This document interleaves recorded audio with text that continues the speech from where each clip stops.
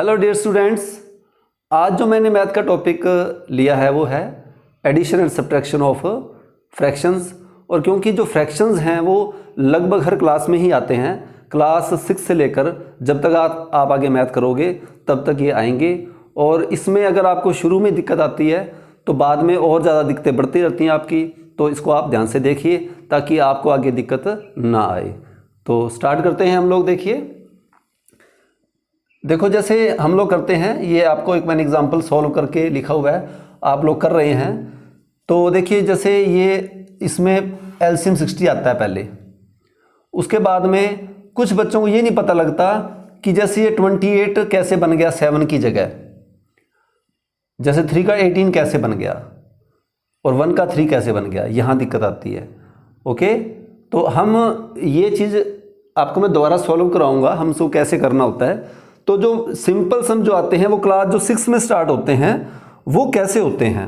तो देखिए सबसे पहले ये देखो 7 + 4, अब ये तो आप कहोगे फ्रैक्शन ही नहीं है, फ्रैक्शन है ये। क्यों है? क्योंकि इसके नीचे 1 है, दोनों फ्रैक्शंस हैं। तो हम जैसे 7 + 4 ऐड करते हैं 11 आता है, बिल्कुल सिंपल है, तो पता ही आपको।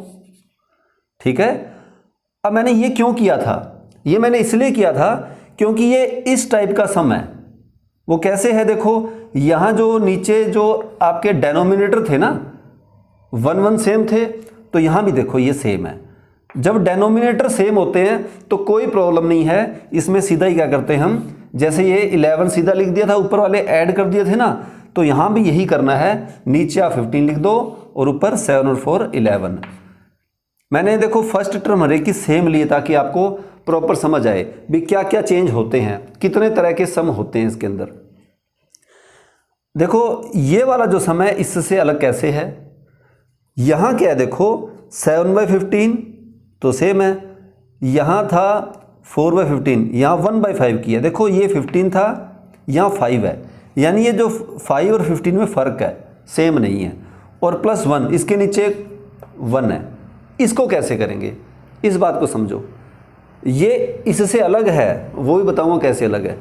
तो देखिए पहले हमने इनको क्या करना है, बराबर करना है। जैसे ये बराबर थे ना, पहले क्या करना है, हमने इनको बराबर इक्वल करना है।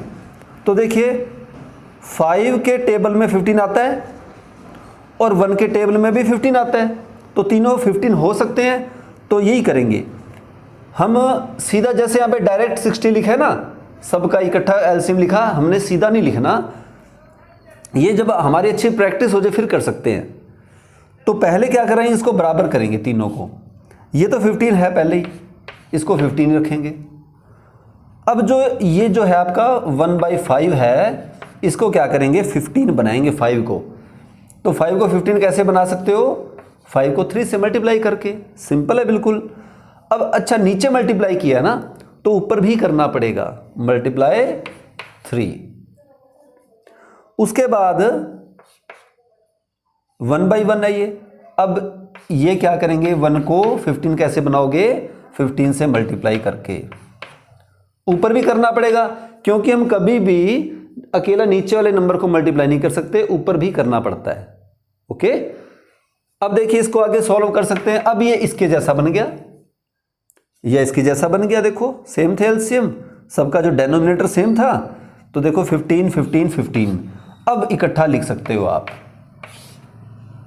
अब ऊपर देखो क्या है, 7 + 1 3 = 3 प्लस 1 को 15 से करोगे 15 आएगा, इज इक्वल टू, अब तीनों ऐड के हैं, तीनों प्लस के हैं सॉरी।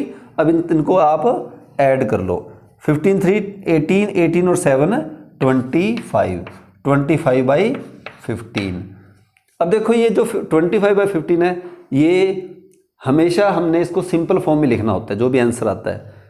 तो जो न्यूमरेटर वो कभी भी बड़ा नहीं होना चाहिए, डेनोमिनेटर हमेशा बड़ा होता है। हमें इसको मिक्स फ्रैक्शन में लिखना पड़ेगा, एक बात तो ये है। दूसरी बात और देखो कि दोनों 5 के टेबल में ये कैंसिल हो रहे हैं, तो इसको हम कैंसिल कर लेंगे पहले। 5 3 = 15, 5 5 = 25, 5/3। हाँ, तो 5/3 को हम क्या करेंगे, मिक्स फ्रैक्शन में लिखेंगे। वो कैसे लिखेंगे, 5 को 3 से डिवाइड करो, तो ये आपको आता होगा। मिक्स फ्रैक्शन भी सीख लो भी कैसे करना होता है मिक्स फ्रैक्शन में लिखने के लिए। 3 1 जा 3, 2 बच गया। मैं डिवाइड करना नहीं सिखा रहा आपको, मैं आपको मिक्स फ्रैक्शन में लिख रहा बता रहा हूँ। तो क्या होगा, देखो जो क्वोशिएंट है वो तो यहाँ पे आएगा 1, जो रिमाइंडर है यहाँ ऊपर आता है, और जो डिवाइजर था जो ये आएगा, ये आपका आंसर आ गया। तो आगे देखिए, अब जो मैं आपको बता रहा था कि ये सम जो है ये इन तीनों से अलग है। अलग कैसे है आप लोग देखिए ध्यान से, अलग कैसे है। एक तो देखो ये यहाँ तो दोनों जैसे 15 15 सेम था, यहाँ ये अलग थे लेकिन 5 के टेबल में और 1 के टेबल में 15 आ रहे थे। यहाँ ये अलग कैसे है, अलग कैसे है, देखो जो बड़ा नंबर है ना 20, वो 15 के टेबल में नहीं आता। तो यानी जो बड़ा नंबर है वो सबके टेबल में आता, फिर तो सिंपल होता है। अगर नहीं आता तो क्या करें, तो ये जैसे एलसीएम लिया था 60। अब देखो ये एलसीएम कैसे लेते हो आप, एलसीएम लेने का मेथड आप जो यूज कर रहे हो वो इस तरह है 15 10 20, ऐसे ही कर रहे हो।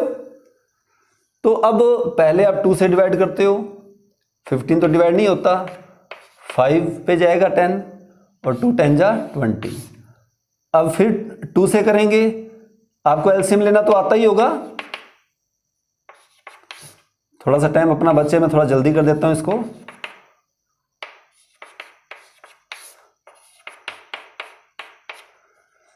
अब इनको मल्टीप्लाई कर लेते हैं। 2 2 जा 4, 4 3 जा 12, 12 5 जा 60, 60 आया है। अब अगर आप 9 10 क्लासेस में हो तो इसमें टाइम ज़्यादा खर्च होता है। आप कैसे करोगे, आपके लिए मैं छोटा सा तरीका बताता हूँ। ये जरूरी नहीं कि 9 10 आप 7th 8th के बच्चे भी इसको सीधा एलसीएम कर सकते हैं। वो कैसे करेंगे, देखो ध्यान से। इनमें बड़ा नंबर कौन सा है, ये जो एलसीएम का मेथड है ये किन्हीं भी नंबर के लिए आप लगा सकते हो, चाहे 2 नंबर हो, चाहे 3 हो, चाहे 4 हो, जितने मर्जी हो। आपने क्या करना है, जो बड़ा नंबर उसको देख लो पहले, यहाँ पे 20 है।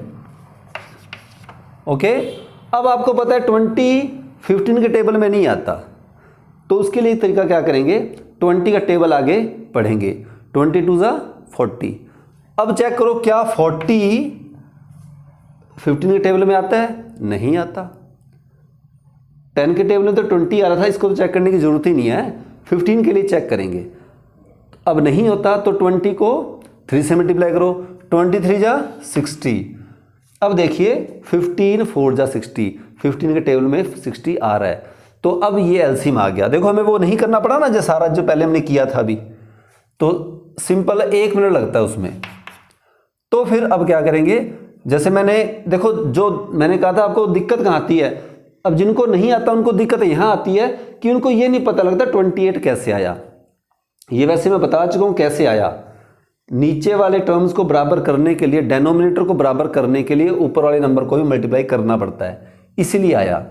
तो अब वही तरीका 7/15 मल्टीप्लाई 15 4 जा 60 ना,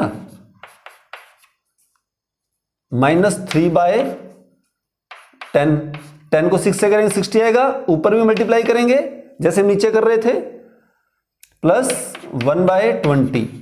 अब इसको भी 3 से करेंगे, क्यों करेंगे, 60 बनाने के लिए, ऊपर भी 3 से करेंगे। अब देखिए ये भी 60 है, ये भी 60 है, ये भी 60 है, ये 60। देखो अब इसको आगे क्या करेंगे, 60 आ गया सभी, 7 4 जा 28, -18 + 3। अब देखो ये टर्म सेम बन गई है कि नहीं। अब जिनको आता है वो तो डायरेक्ट कर देते हैं, अब जिनको नहीं आता वो कुछ दिन ऐसे प्रैक्टिस करें, चाहे वो 10th क्लास का बच्चा है। अगर आपको ये नहीं पता भी 28 18 और 3 कैसे बना था, तो आप इस तरह कुछ दिन ट्राई करो, इस तरह प्रैक्टिस करो, उसके बाद आप डायरेक्ट सीधा कर सकते हो। यस स्टूडेंट्स, हमारा जो आज का टॉपिक था addition and subtraction of fraction, आपको समझ आया होगा, और उम्मीद करता हूँ आप वो जो गलतियाँ पहले करते थे वो गलतियाँ नहीं दोहराएंगे। तो हम जल्दी ही मिलेंगे नेक्स्ट टॉपिक के साथ। Thank you.